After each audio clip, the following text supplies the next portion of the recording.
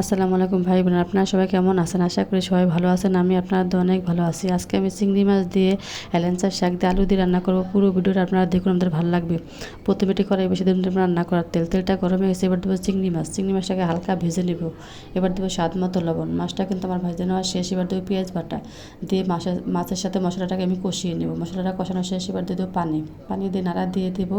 এবার দেবো 1 চামচ হলুদের গুঁড়ো, 1 চামচ মরিচের গুঁড়ো। হলুদ মরিচটাকে মশলার সাথে আমি কষিয়ে নেব।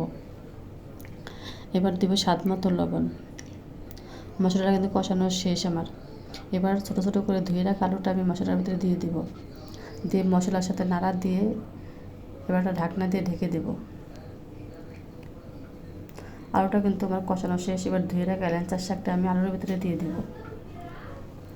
দিয়ে একটা ঢাকনা দিয়ে ঢেকে দেব। এবার ঢাকনা উঠিয়ে হেলেঞ্চার শাকের সাথে আলুর সাথে আমি ভালোভাবে মিক্স করে নেব।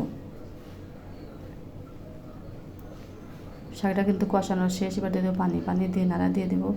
ভাই বোনেরা, হেলেঞ্চার শাক দিয়ে আলু দিয়ে চিংড়ি মাছের রান্নাটা যদি আপনার ভালো লাগে, লাইক দিয়ে সাবস্ক্রাইব করে চ্যানেলটার সাথে থাকুন ভিডিও রান্না দেখার জন্য।